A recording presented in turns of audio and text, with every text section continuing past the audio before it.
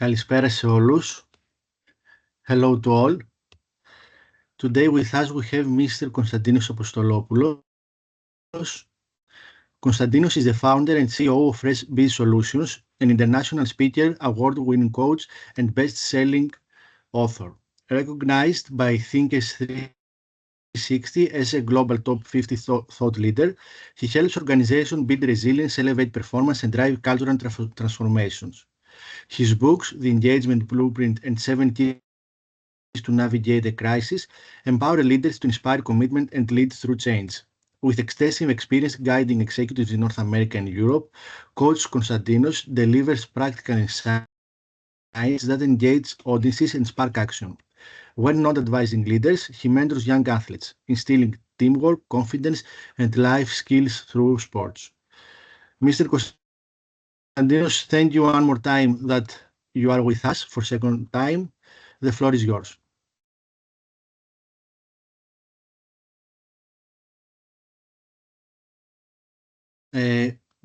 We don't hear you at all. Maybe your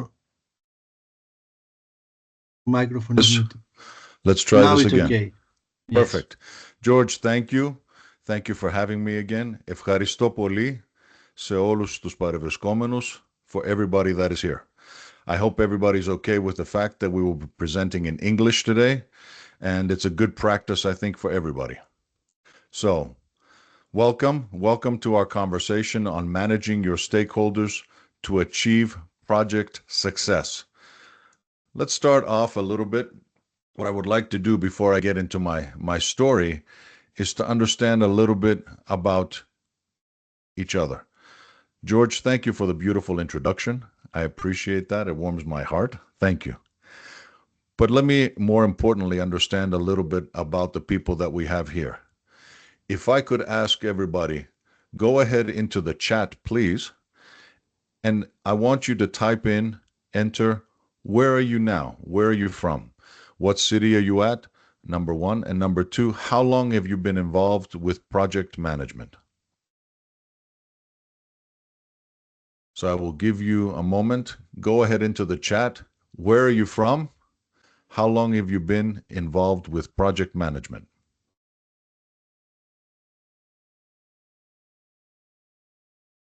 Wonderful.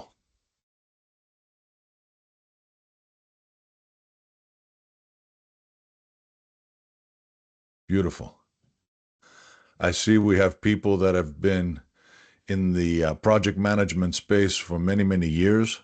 Some are in the middle of their careers and some even early. Wonderful. So we have a beautiful mix. A lot of people from Athens. Piraeus. Very good. Washington. Nice, Nikos. Very good. Thessaloniki. Perfect. Very good. Wonderful. Excellent. Oh, Nicola's from Salt Lake City. We're not too far away, Nicola. I'm in Denver, Colorado. You're on the other side of the mountains. Very good. Oh, Rhodes. Very good. Excellent. All right. So let's add a little bit more now. When we talk about project management and managing stakeholders, especially for those of you that have been doing this for a while, I will ask a simple question. What's one word that describes your strength in handling and managing your people, your stakeholders? What's one word that describes something that you want to get better at? One strength, one opportunity to get better. Enter those into the chat for me.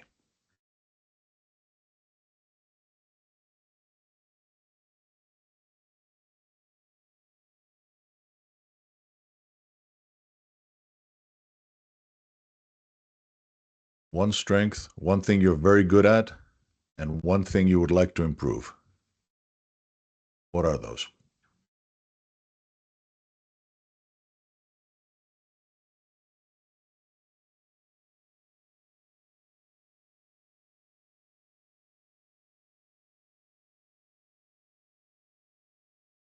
Very good. Okay. I like it.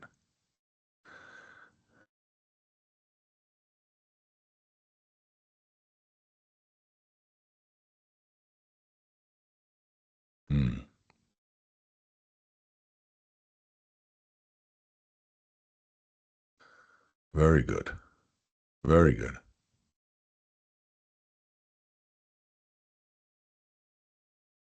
Good. Keep them coming, folks. Excellent.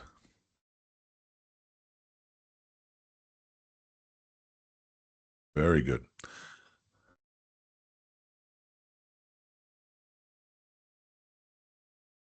Outstanding. Very good. All right. So I see a lot of wonderful strengths here that you guys bring to the table. So this will be something that will allow us to enhance your strengths. And for some of you, it might even be an opportunity for us to strengthen areas where you want to get better at. So let's explore this. Let's continue to explore this a little bit. Okay. Um, in the session that we have today, obviously, in a moment, I'm going to ask you to write down your expectations. What are some of the things that you would like to get out of this session? Taking time out of your busy day, taking time out of your personal time now in Greece, because it's already past 7 o'clock there. I want to make sure that you walk away, you have something that is valuable to you. So think about that in a moment. In the meantime, I'd like to share a little bit of a story from my experiences working with stakeholders, working with people. This probably goes back to μια φορά και έναν καιρό, once upon a time when I was a young manager, when I was very young early on in my career in managing, in project management. I was leading a team at the time working on a performance improvement project. And we were tasked with eliminating some unnecessary steps, finding efficiencies, and saving money for the company. This was a very standard, what you would call performance improvement or process improvement reengineering program. It was part of my certification at the time to get my diploma for Six Sigma. And so I was leading up the team. And in the course of our work, one of the things that we found was we had an opportunity to save the company $120,000 a month in this effort. So, as you can understand, it became a project that had very big visibility and it became a very important project for the company. Much of this was coming from inconsistencies, discrepancies in billing between our customers and our subcontractors and the databases that didn't always talk to each other. And even more of that would come from consolidating the work that the accounting department was doing. So this was a great opportunity for us. But when we presented our findings and we wanted to implement the changes that we were proposing, we came across a lot of resistance to the change. One of the biggest challenges actually came from the accounting director and his team. These were the people that were going to own the solution that we were proposing. They were the process owners. So this was a big problem for us. So I set up a meeting with him, and through some honest conversation, what I discovered was that he was very angry. And he felt that we were not only making him look bad because of all of these problems in his area that we discovered, but he was also very frustrated, very angry that he may have had to let go some of his people, fire some of his people in the department because the efficiencies wouldn't need as many people processing this. Um, what ended up happening after that, you can understand that he was going to be not a big fan of our work, even though we were going to be saving the company about 1.5 million over the course of a year. So, in order to manage the situation and the resistance from the stakeholders, from the director, from his team, and from others, we went to the CFO, the Chief Financial Officer, who was our project sponsor, and asked for her support. We asked her to intervene and help us overcome some of the resistance because she had influence over the director who was reporting to her. She explained to us that the director was actually a very loyal person, a loyal to the company and loyal to his people, and felt that they were already doing so much with fewer people than they needed. So if he thought he was going to lose more good people, he was not going to be very supportive. So with the help of the CFO, we sat down, we had a good meeting, actually a series of meetings, and we were able to work with the director and his people to address the concerns that they have and still meet the goals of the project. We found ways to still save the company money, improve the process, and actually, instead of firing people and letting them go, we were able to take people from that area and move them into other areas where he needed the extra help and he couldn't get approval to hire. So this way, everybody was able to win. The business won because they saved 1.5 million a year. The accounting department won because we helped them become more efficient in their area, solve those problems, and actually utilize their staff better. And the project team got a big win.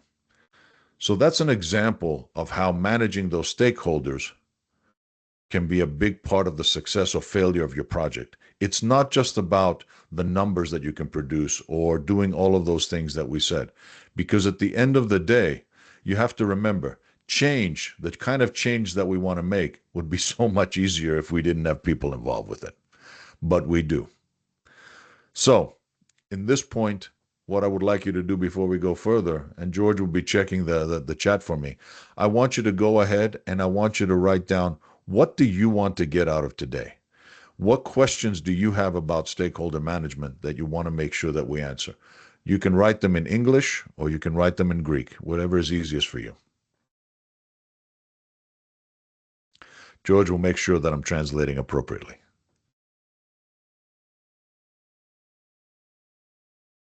Yes.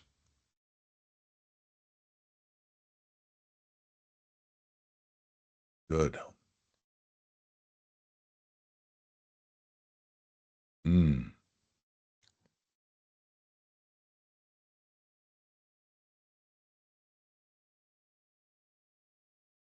Mm. Oh, I like that, Ioana. Constantinos looks like you're working in a union shop. Yep, makes sense. Okay. For anybody else that has expectations, things that you want, again, don't forget, write it in there so we can make sure we cover it.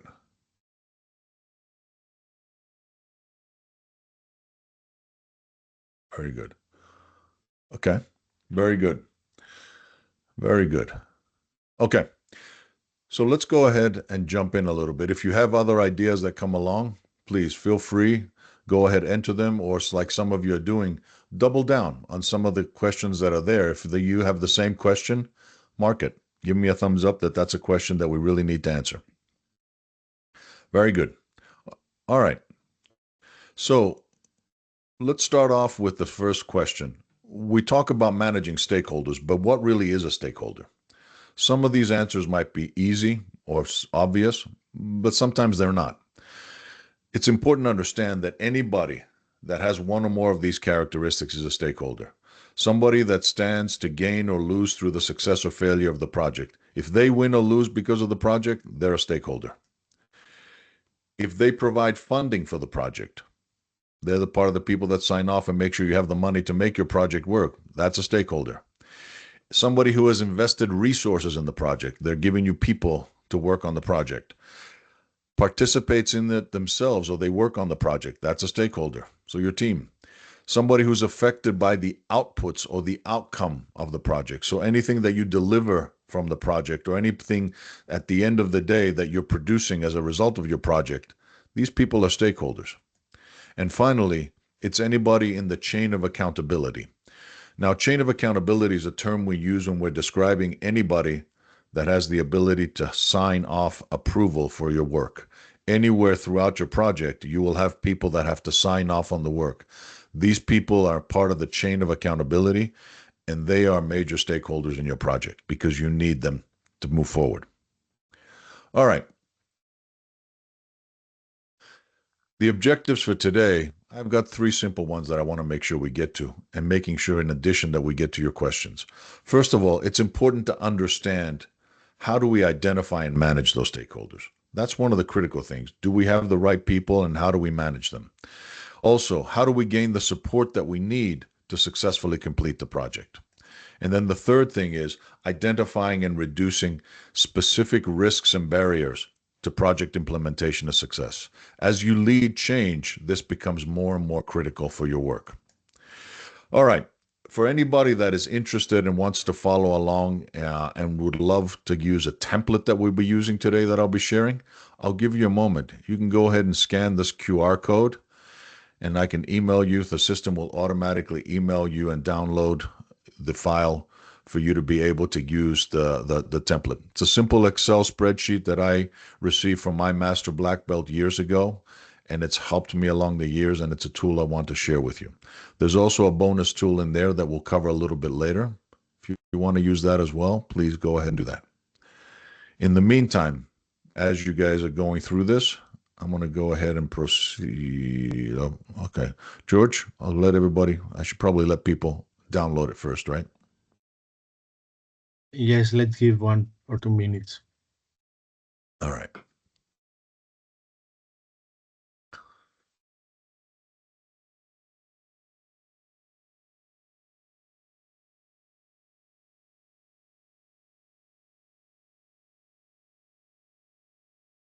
Very good. All right.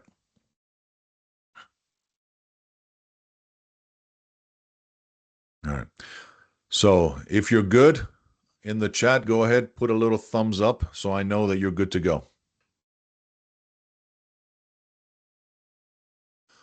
Yep, Vasily, you can. You can download it later. I'll share it. There's another QR code at the end. Plus, I'll share it with George, and George can give you guys the chance to download it later. Very good.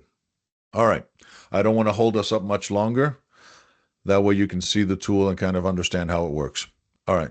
George, should we keep going? Yes, sure. Let's go. All right. So, stakeholder analysis tool. Again, for those of you that love these kind of tools, I think you'll find it very practical and very easy to track. Simple Excel spreadsheet, but a great place to put your information in and monitor it with your team. All right. So we talked about some of the questions that we need to consider. When we talk about the stakeholders and we talk about this analysis piece, again, who's impacted by your project? Who can influence success and failure? There are people around the project, your sponsor and other senior leaders in your organization that can help. Perhaps even with some of you, when you're dealing with a union shop, who are the union leads in your area? Who can influence your project to help success? How much can they impact things? A lot? A little? And why might they support or resist your work? These are questions that you need to answer beforehand. And it helps if you understand what do they stand to gain. Τι θα κερδίσουν? And what can we do about it? How can we help them win? Who can help us get more support if we need it? These are all questions that we're going to try to answer through this process. But it's important for you to be thinking about this early and often. All right. Herodotus, back in antiquity, said that it's sound planning that invariably earns us the outcome we want. Without it, even the gods are unlikely to look with favor on our designs. We have to plan, we have to look ahead, not just pray that things are going to go well. Echo Theos will do fine in different things, but not in project management. Okay? So here's the stakeholder tool that we'll be covering today that we'll be using.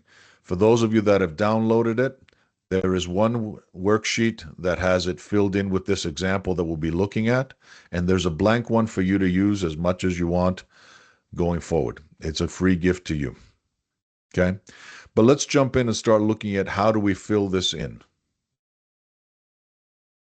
Okay. All right. The first thing that we need to do is, like we said, who's a stakeholder on my project? Who are they? What is their role within the organization? Are they a director, a VP, a manager, the union leader? Are they just somebody that's a team member? Are they part of a particular department? And also, what do I know about them? Are there any information about their personality, their styles? Maybe perhaps your organization uses tools like DISC or MBTI or other personality profile tools. If you have any information about that, capture it. Ask around or ask them, how do they prefer to communicate? Some people may like to communicate via email or through meetings, standard things. Other people might like face-to-face or a phone call, a little bit more casual or something less formal.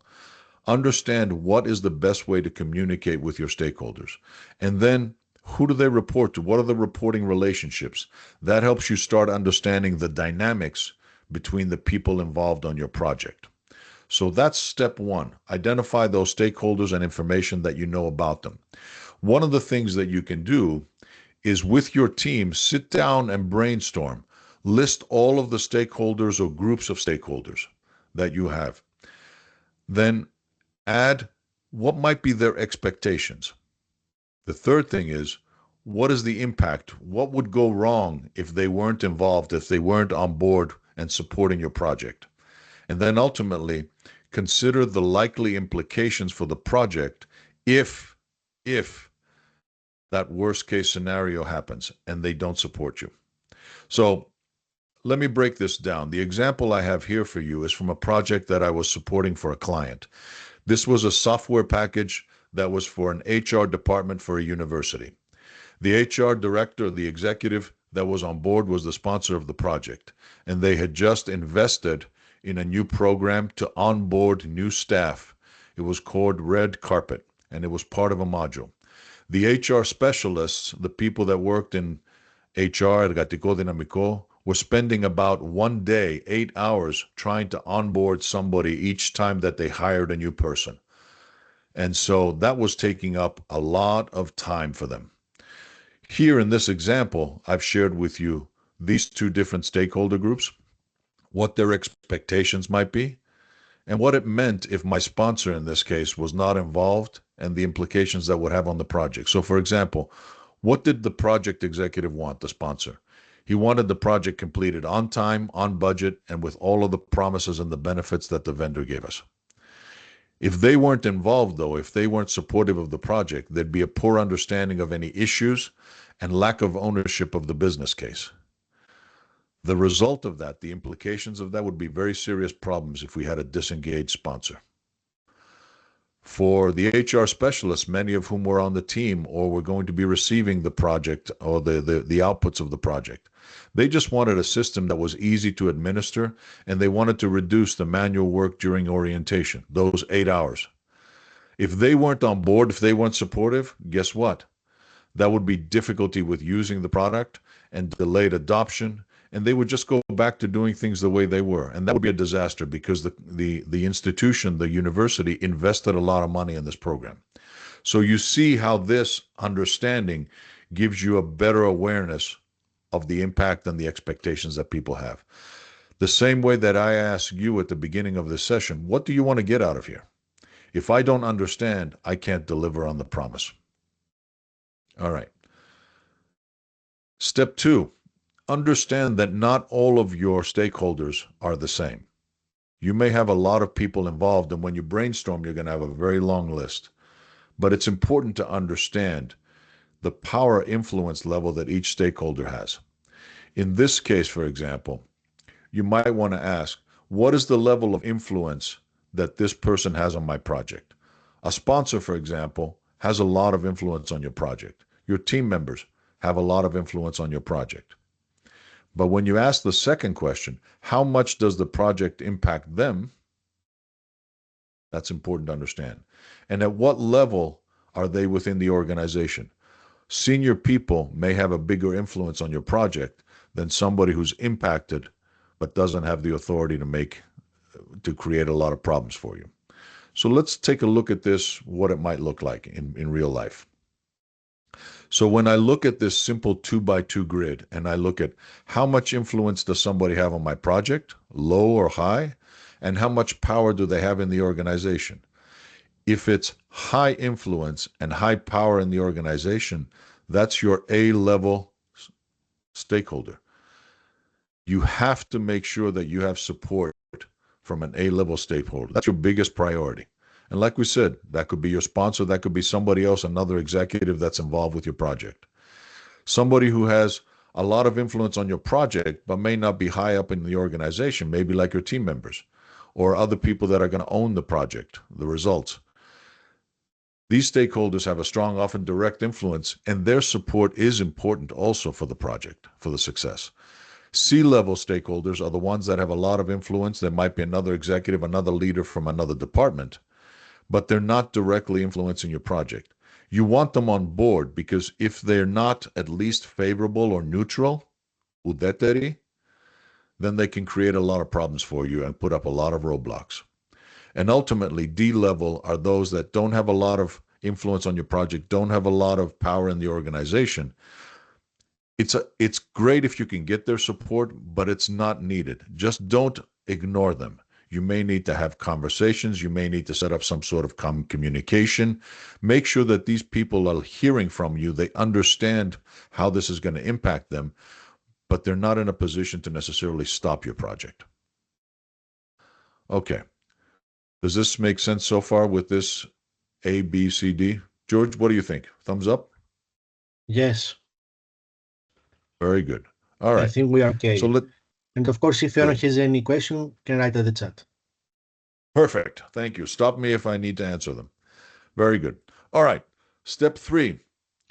Now, with your A, B, C, D level stakeholders, here's one thing I'm going to share with you that will be easy for you to monitor. How much support or resistance do they currently have? So make sure that as you look at those stakeholders, where are they today?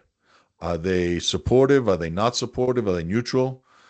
And where do you need them? This table here will show you, for example, your power influence matrix may say that this person is an A-level stakeholder. Well, you need them to at least be supportive, but ideally you want them to be a cheerleader. You want them to be a very strong supporter of what you're doing. They need to be on board. For your B level, at least you want them to be neutral, but ideally you want them to be supportive or even very supportive. C level, same thing. At a minimum, you want them to be neutral, but you'd like for them to have offer support to your project because they have a lot of influence in your company, in your organization. D, their support is not critical, but you want them to at least be neutral because if they start putting roadblocks, you've got a problem. Okay?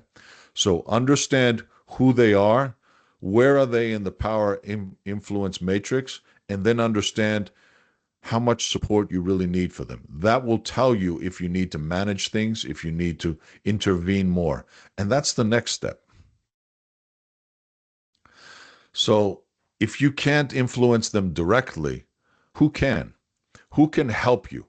Like in my story with my example, I may not have been able to influence the director of accounting directly, but his boss was the project sponsor. So I could go to her and allow her to help me open up that door so we can have that conversation and we can influence them.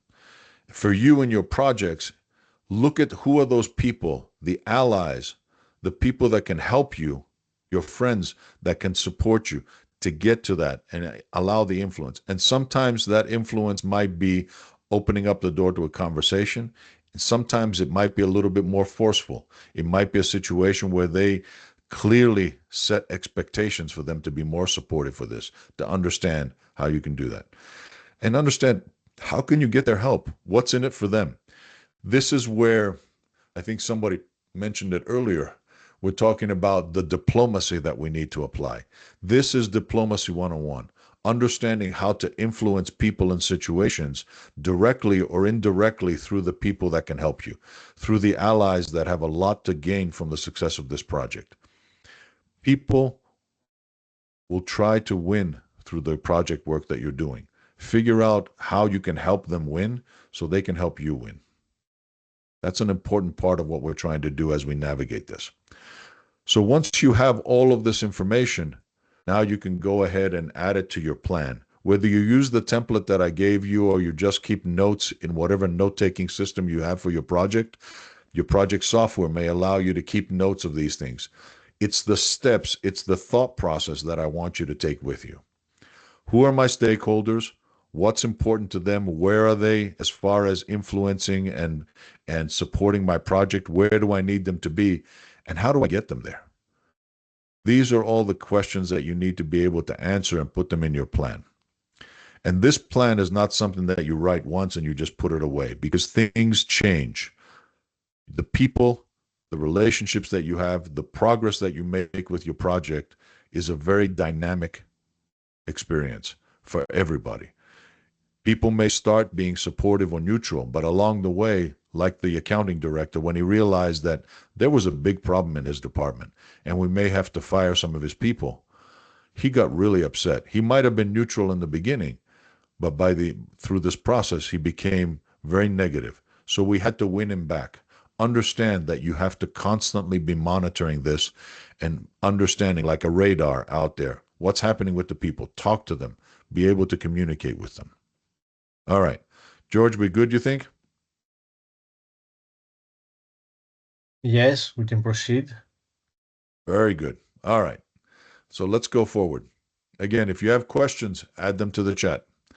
So let's kind of take one more look at the analysis tool. For anybody that chooses to use it, this is basically where you're putting it. So your step one, this is where you're looking at. Add the stakeholders here and any information that you have about them. What is their title? What do I know about their personality or their style? Who can influence them? Who are the other people in their network that like that? How do they like to communicate? What's in it for them? What do they stand to gain? What is the benefit of my project work to them? What are some of the communication tips that I know about them? And any questions or concerns that they might have that I need to be prepared to address. Your preparation is going to make the difference between success and failure. Understand that. You need to be aware of that. Then in step two, remember how we said that we need to look at the power influence matrix. Here is your template, A, B, C, D, and this is where you would put their information. So for each one of them, where are they on the power influence category? And how much are they impacted by my work? A lot or little? Why might they be resistant or why might they be supportive? Again, what do they stand to win or lose because of my work? Step three, we talked about it, understanding how much support that I need at a minimum and how do I get there. In this case here, we use a dot to identify where each person is now, and I draw an arrow to where I need them. You can reference the table at the bottom right to be able to make sure that you understand. If this is an A stakeholder, B, C, D, wherever I need them to be, and where are they today, so I know how much movement I need to make. Okay? And then ultimately, step four, who can help me? Who are my allies that can help me here? I can keep track of this. Okay? I can follow along. All right. So that's an overview of your stakeholder analysis tool. Again, in my many years of experience using this, it's always helped me because it keeps my thought and my understanding clearly anywhere I need to take notes about managing my stakeholders from that perspective. Now, I do have a couple more things, so I'm going to quickly move on. And let's take a look at that. Remember what I said before about the fact that change would be much easier without people. We joke about that, but there's a serious note because why? When we talk with people, sometimes misunderstandings happen. Here's an expression that I love. I take full responsibility for what I said, not what you understood. And sometimes the problems come when there are misunderstandings between one. How do we say it in Greek, George? Οι καλές εξηγήσεις κάνουν τους καλούς φίλους. Very good. Στα. Περίπου. So communication is an important part of your success when you're managing stakeholders. Okay? Yes, Anna, very true. Very true. Anna noted that in some cases, stakeholders might have been unintentionally overlooked at the project's commencement. When their involvement later becomes necessary, they often show resistance to change as they were not informed or engaged from the beginning. In such cases, should we follow the same process of analysis and diplomatic engagement? That's an excellent question, Anna. I'm going to take a moment and just answer this one, George. If we have done our brainstorming in the beginning, hopefully we have captured all of this. If not, along the way, we can always retrace and show them that it was never intentional. This is where your communication skills, your people skills, it will take mending some fences to go back and get them on board, but you still can. And perhaps this is where you can leverage some of those allies. So again, pre-planning, brainstorming, making sure that we haven't missed anybody up front, doing it very purposefully should minimize this risk. But if it does happen, leverage your allies and assistants to bridge that gap and hopefully get them on board. All right, so we talked about communication and the misunderstandings that happen. Here's another little tool, a stakeholder translation matrix. My master black belt used to love this. She used to tell me this is one of her favorite tools. She always used to say, listen to your stakeholders, what they are saying in their words, and then clarify so you understand what they actually mean. Get to the heart of it, dig a little bit deeper, ask questions, understand what is at the heart of what they're saying. And then once you understand that, you can determine how to measure any improvements or changes on that by determining what the right measurement tool is and what the right metric is to make sure that you can succeed for that stakeholder. So in this case, I'm going to use the same example that we had before with the software rollout at the university. My sponsor wanted a system that's easy, or the HR people wanted a system that's easy to administer. That's what they told us. Make it easy for me. What did that mean? It mean reduce the time to load and export information. I don't want to have to wait for this cumbersome system like we have. The measurement tool was administrative time, the hours or the minutes that it took to do this work. Okay. And that's what we measured. The same thing when they said reduce the manual work during orientation. So if we can increase the automation and the self-service for the new hire, the person coming on board, that would immediately take down a lot of the work that they had to do. Less administrative time measured in hours. So you can see now that it's important to be able to get on the same page and understand what exactly is it that your stakeholders are talking about. What are they saying? What are they asking you? Make sure that you clarify. Do not assume. Don't think you understand. Make sure that you understand and bring it down into something that you can measure. Okay? Another thing to make sure that your communication is flowing properly is even the most basic communication plan. Every project, before you even get started, once you identify your stakeholders and you do your work, a communication plan is essential. Understand, who do you need to work with? Who do you need to communicate? Your stakeholders. What information do they need from you? Okay? What do you need to share with them? And then how are you going to share it? Email, presentations, toll gates, and when? Is it going to be a standard thing? Is it going to be when needed? Is it going to be weekly, monthly, daily? What does it look like? Have this clear, because all of these become steps in your project plan. All of these need to be part of your project plan. Activities that need to be assigned and checked off and delivered.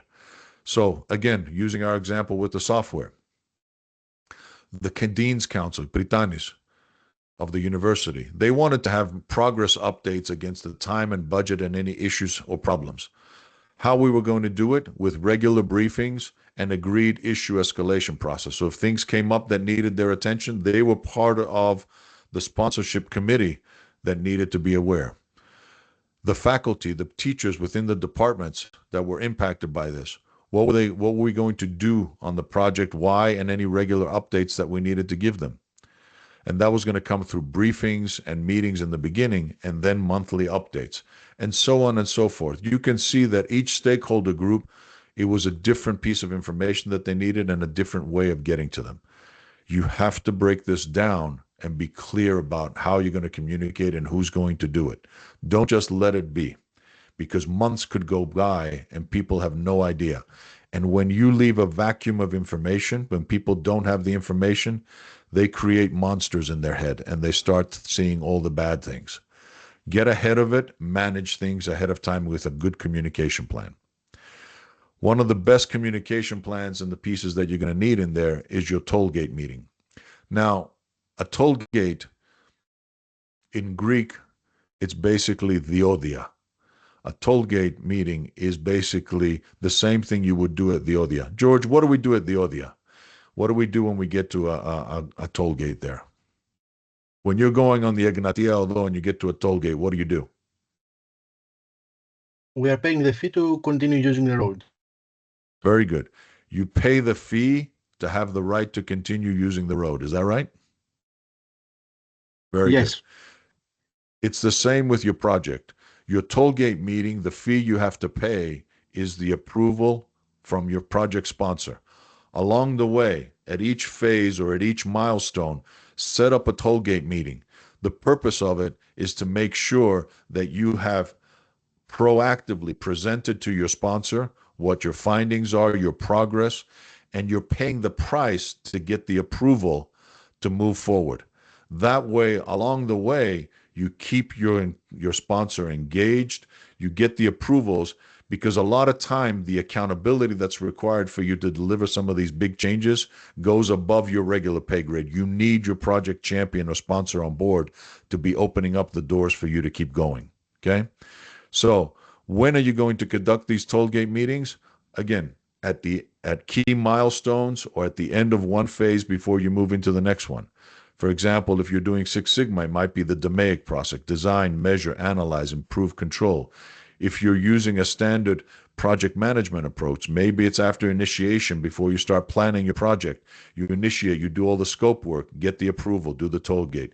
You have your plan, you craft your plan, who's going to be involved, here's your timeline schedule, get the approval, do your presentation. All of these different phases of your work as you go through this, make sure that you are constantly engaging at appropriate levels your sponsor. Because if you don't, and he or she has questions, is feeling like they might be surprised, they will be in your business all the time. And you do not want them in your business all the time. So manage that stakeholder appropriately by being proactive. What is the format? A lot of times it could be a simple 30-minute meeting. If you have anything you need them to review, send it before. 20-minute presentation, here's where we are, 10-minute Q&A. Any questions, get the sign off, move on. If your sponsor needs more or your project is more complicated, then schedule more time. But more often than not, if you have regular meetings with your sponsor, regular toll gates, you don't need more than 30 to 45 minutes. All right. Now, we mentioned that with the work that we do with project management is change management. We don't do projects to make things worse. We do projects to change the current state and hopefully make it better. And that's a big part of what we're trying to accomplish with our work.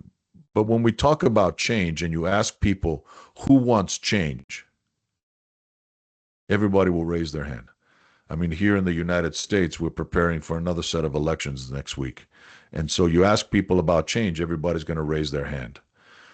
But the problem is when you ask people, when you ask people who wants to change themselves, you hear nothing. Nobody raises their hand. They want everybody else to change.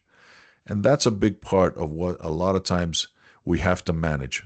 People, by their definition, will always resist change for themselves. It's a natural piece. We have to overcome that.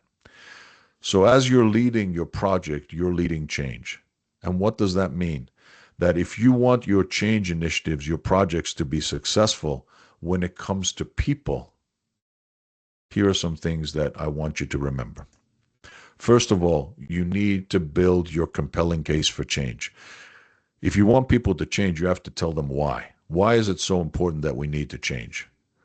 People will resist that. If you don't make a good explanation of why, people aren't going to buy into it. They're not going to be on board. You need to create a clear vision of the desired state. What is it that we're trying to accomplish? How are we going to be better? Paint that picture for them. Show them, help them understand why is it going to be better after your project? What is it going to look like? Okay? Lay out a realistic and practical action plan. How am I going to get from where I am today to where you just explained to me we need to go? What are the steps? What are the practical steps or the big milestones that I need to get there, the big chunks of work that need to happen for me to get there? That's also important because otherwise people don't know which way to go. They won't be prepared for that. Provide appropriate motivation and incentives. We just said that people won't change on their own. You have to make them want to change. And sometimes you move them towards what they want, a better situation. And sometimes you have to create penalties and consequences if they don't move. It's what we call the carrot and the stick. Το καρότο ή το ξύλο. Right? Carrot and the stick. You have to create it so people are either incentivized to move from to a new place or move away from what they don't want. Make it the old uncomfortable. Okay? Ensure the availability of needed resources. Change doesn't just happen because we want it or we will it. We need resources. We need time. We need money. We need people. We need tools. We need all of those things to make our projects a success. Resources are an important part, and those resources need to get funded. Okay? Anytime we're leading change, we need to make sure we have enough of those resources. And finally, give people the skills and knowledge needed to be successful in the new environment. If you're asking me to change my world, like we did with the accounting department in my story, we asked them to do things differently. And so we needed to make sure that they had the new skills to be able to understand the new process. With the HR people at the university, we needed to train them on the software. Otherwise, they would not embrace and adopt the software if they didn't know how to use it. It makes common sense, but sometimes we forget about that and why people might be resistant if we're changing their world. Okay, here is the bonus tool that I talked about earlier, George, that I want to make sure. If you take nothing away from today's session, I want you to take this with you.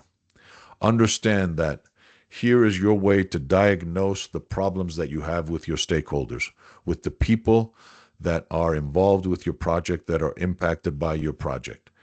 This matrix here, this simple tool, will allow you to quickly diagnose where the problem is and fix it. Now, on the first row up here in green, you see all of the things that we talked about: the case for change, the vision of the future, the action plan, the incentives or consequences, the resources that are needed, and the new skills that people need. If you provide all of those enough, real change is possible. But for a lot of people, you see these problems here on the side.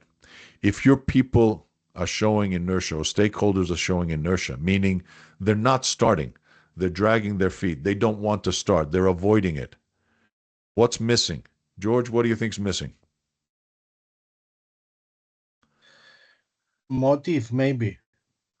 Well, the case Motivation. for change, that's your motive, right? So you go across, you look at it, that red box tells you what's missing. So in this case, it's the why. Why am I changing? The motive behind it, right? The motive for the change. If people are confused, a lot of times I'll ask a project team, what's your goal? What are you trying to accomplish? I ask 5 people, I get 6 different answers. There's confusion when we are not clear about the vision, about our goals, about what we're trying to accomplish. People are confused around our project. False starts, okay, are when we get together like this, we get excited. We say, yes, let's do this. It's a wonderful project. I want on board and everything else. We go back to our desks. We start business as usual. We get caught up with things. We forget about it. We come back together next month for our meeting. Oh, yeah, I didn't do anything, but let's do it. Let's get started. Let's do this. So we're constantly stop, start, stop, start, stop, start. Those false starts mean that you don't have a good action plan. People don't know what to do next. So they'll go back to their job and they'll go business as usual. Slow pace when people are dragging their feet. Argoporia. You're missing the incentives or the consequences. People will not move quickly on their own. You got to give them a reason. Give them a reason and a justification, incentives, motives to move forward. Frustration. People get frustrated when they don't have enough resources, when they feel like they don't have enough time or people on their team, or they're overworked with their other jobs. If they don't have the resources to do the change, they get frustrated. And finally, people feel anxiety. They feel stressed when they don't know if they can be successful in this new phase, when you present them with the new tools. For many of you, especially those of you that have been around for a long time in project management, you've seen the different tools, whether it's the project management tools that you use or other tools in your industry and your work. As those come along, there's always going to be a sense of anxiety in the beginning when people ask you to use that tool because you're not sure. You just mastered the old way, and now you're asking me to change and go over here. You need to make sure that people have time and training to have the skills that they need to be successful. All right. So that's the big part. I will now open it up to make sure that we answer some of the questions. So, George, will you help me around here? So I want to make sure that we answer any questions or anything else that comes up. I'm going to go back to our chat early on when people were putting in what they wanted to accomplish. Let me see if I have these. Okay, so Vasily, Vasily Trifonas, you asked about diplomacy. How do we go ahead and figure out how can we be diplomatic about here? Do you feel now that with the tools that we've presented, that we understand now how to be a little bit more diplomatic about things, how to manage the expectations in a way that we have a better understanding of our stakeholders, who they are, what they need, what they're looking for, but also leveraging other people that can help us. So it's not just us, but it's others helping win them over and get them on board.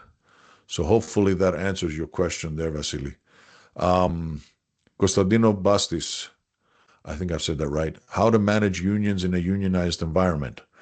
This is a tricky one, Costadina, because a lot of that is hardwired based on the union agreements that you have.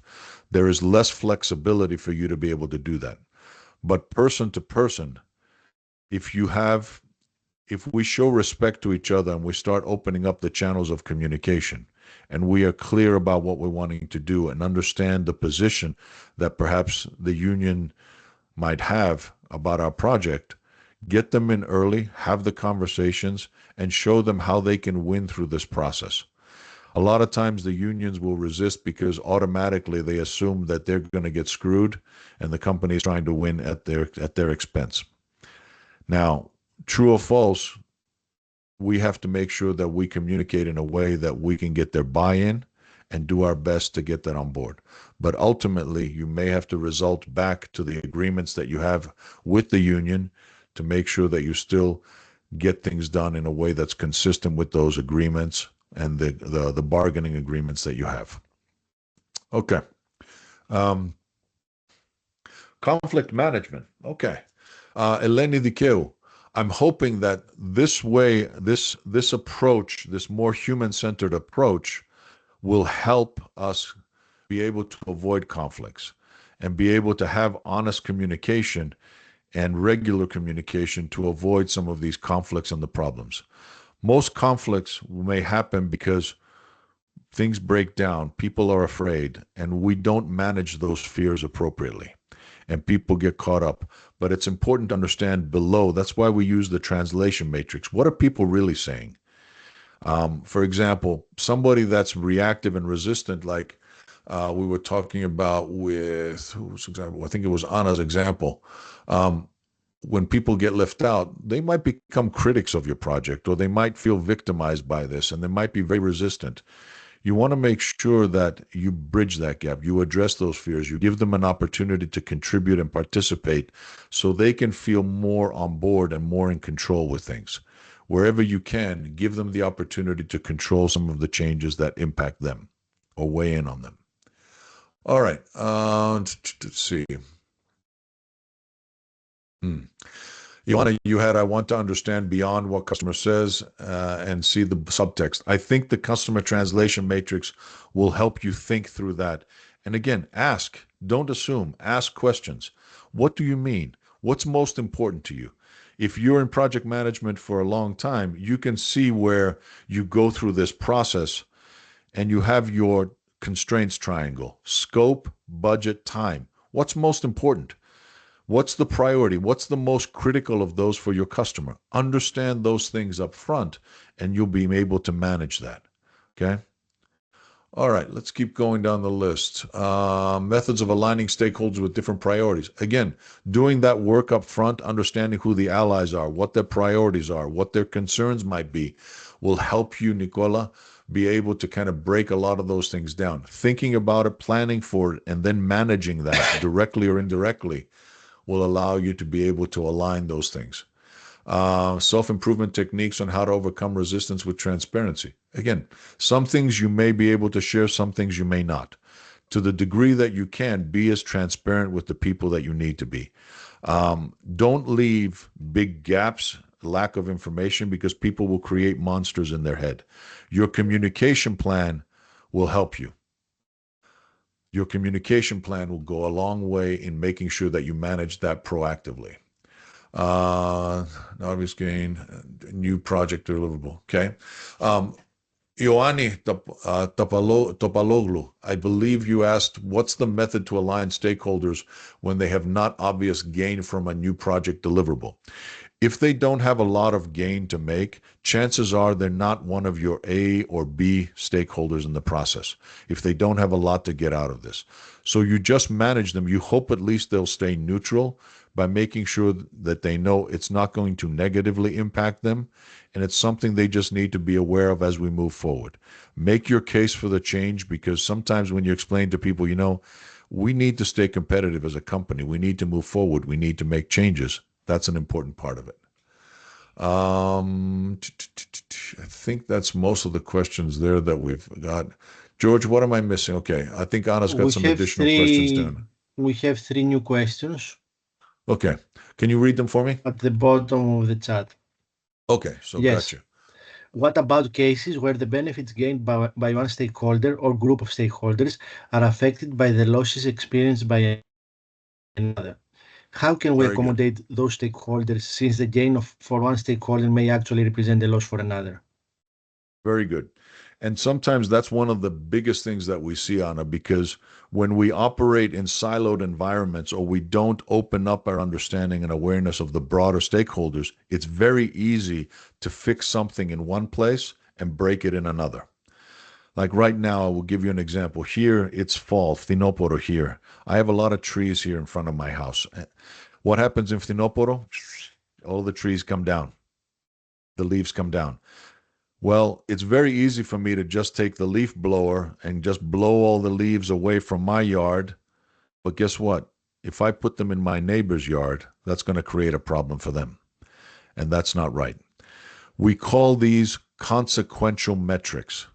So when we are looking at the success metrics of our project, we look at what are the things that we want to gain, but we also have to add consequential metrics. These are the constraints, a lot of times, as we call them on the project, that basically say, I can fix this, but I can't break that as a consequence of this. So you have to balance that in the way that you go about the project. So and sometimes you might be able to get even more out of this one improvement in one area, but the problem is if you push beyond a certain level, you're going to break something else elsewhere. So that's part of what you need to put up front in your constraints, Anna, and make sure that you have that in there. I hope that answers the question. And then again, that's part of your stakeholder analysis, and your sponsor can weigh in and make sure that when you agree on taking on the project, all of that is included. Um, okay, We have another what's the next one? question. Uh-huh. Were were you ever so were you ever so disappointed about how negative a majority bunch of stakeholder was that you faced conflict from day one, mostly because the management broke promises and invalidated expectations for years on end?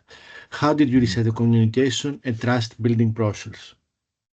Wow, honestly, that's a big one, and that's not uncommon. Unfortunately, too many companies have that. This is a bigger question. It's a bigger problem because you're talking about an environment that's almost toxic, where people don't trust each other. There's a lot of disappointment. Getting in and fixing that and trying to make a project work is like Sisyphus trying to push the boulder uphill, and constantly it gets rolled down by the time you get there. Um, there needs to be a lot of groundwork and clarity and honest conversations before you even start the project. They have bigger problems than this.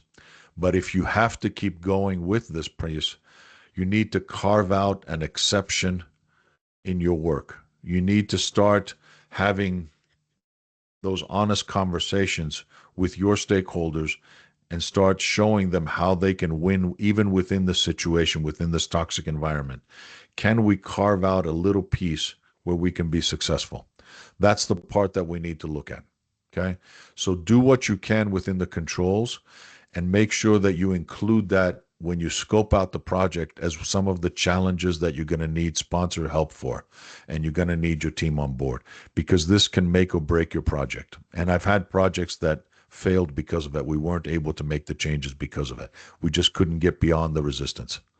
And it's going to happen. because they have bigger problems. What else do we have, George? We have two more questions. Okay, let's The get those answered. the other one is, what can you do when the client main stakeholders are not responding to communication, even after the issue escalation to sponsor? Very good.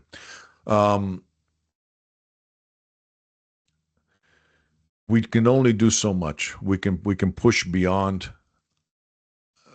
You incorporate our people, incorporate our allies to make sure that people get on board. The one phrase that I use here, George, and I like to, and I would invite people to use it as well. When I deal with stakeholders like that, I explain to them that their decisions, their lack of communication is really limiting my options. They need to understand that it's their consequences. Η έλλειψη επικοινωνίας, η έλλειψη αποφάσεων, η αργοπορία από δική τους πλευρά περιορίζει τις δυνατότητες δικές μου. As a project leader, I may not be able to stick to the schedule. So if I can tell those stakeholders, you know what, you're not going to get your project on time because you are not responding in a timely manner to these requests. Or I will have to move forward without your input, and then you're going to be upset. So whatever it is, this is part of the reason why up front we decide what's the most critical. Is it the schedule? Is it the scope? Is it the budget? That will tell you where you can put the pressure on those people to kind of keep things moving. I hope that helps a little bit. George, what else do we have before we lock up? And the final one, Mhm. many times we can't clearly understand the power dynamics between stakeholders. How can we identify them when there is often a lack of transparency or even secrecy from the other side for their own reasons? Yep.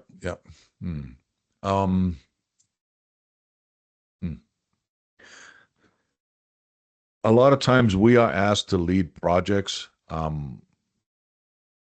but we are not ultimately the most senior people involved in our company. The most senior people tend to be sponsors, champions of our project work. In many cases, we can only go with what we know. We can only understand with what we have. Lean on your sponsor, lean on your champions, lean on your allies to get as much information as you can. Do the best you can. And when you have more information, update your plans, update your understanding. Walk cautiously. It's like trying to walk through a room in the dark that you don't know. Be cautious as you move forward. Plan that into your planning process. Create contingencies so you have a little bit of extra time, a little bit of extra resources to manage those unknowns. And do the best you can, but lean heavily on your sponsors and your champions. I hope that answers the question, George. Do we have anything else? So, no, we don't have anything else. Many thanks at the chat and very good words. We would like to thank you one more time that you were with us. We have also the link here, Very good. to scan it. Mr. Apostolopoulos, we would like to thank you one more time. It was one more insightful session with you. We hope that we will see you again in the future. And anyone who wishes can find Mr. Apostolopoulos at LinkedIn, Konstantinos Apostolopoulos. Here is a page also. Very good. Under Coach Connor. Εκεί θα με βρείτε. Θα το πω και στα ελληνικά. Ευχαριστούμε πολύ, κύριε Αποστολόπουλο, που ήσασταν μαζί μας για άλλη μια φορά. Ήταν εκπληκτικό και πολύ ενδιαφέρον το webinar, η πληροφορία που μας δώσατε. Και ελπίζουμε να σας ξαναδούμε και στο μέλλον. Ευχαριστώ και εγώ, Γιώργο. Ευχαριστώ πολύ σε όλους όσους παρευρεθήκαν σήμερα μαζί μας. Χαρά μου μεγάλη. Επιθυμία μου πάντα είναι να προσφέρω με τις εμπειρίες μου, με τις γνώσεις μου στην ομάδα μας.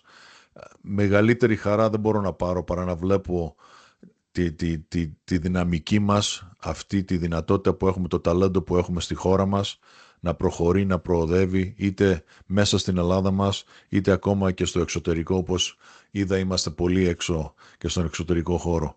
Αντιπροσωπεύουμε τη χώρα μας, αντιπροσωπεύουμε το project management στην Ελλάδα και πιστεύω ότι μπορούμε να κάνουμε καταπληκτικά πράγματα μαζί. Χαρά μου λοιπόν, τιμή μου να μπορέσω να προσφέρω κι εγώ κάτι από τις δικές μου τις εμπειρίες, να τις μοιραστούμε και ελπίζω να τα πούμε και από κοντά στην επόμενη ευκαιρία όταν είμαι πάλι στην Ελλάδα.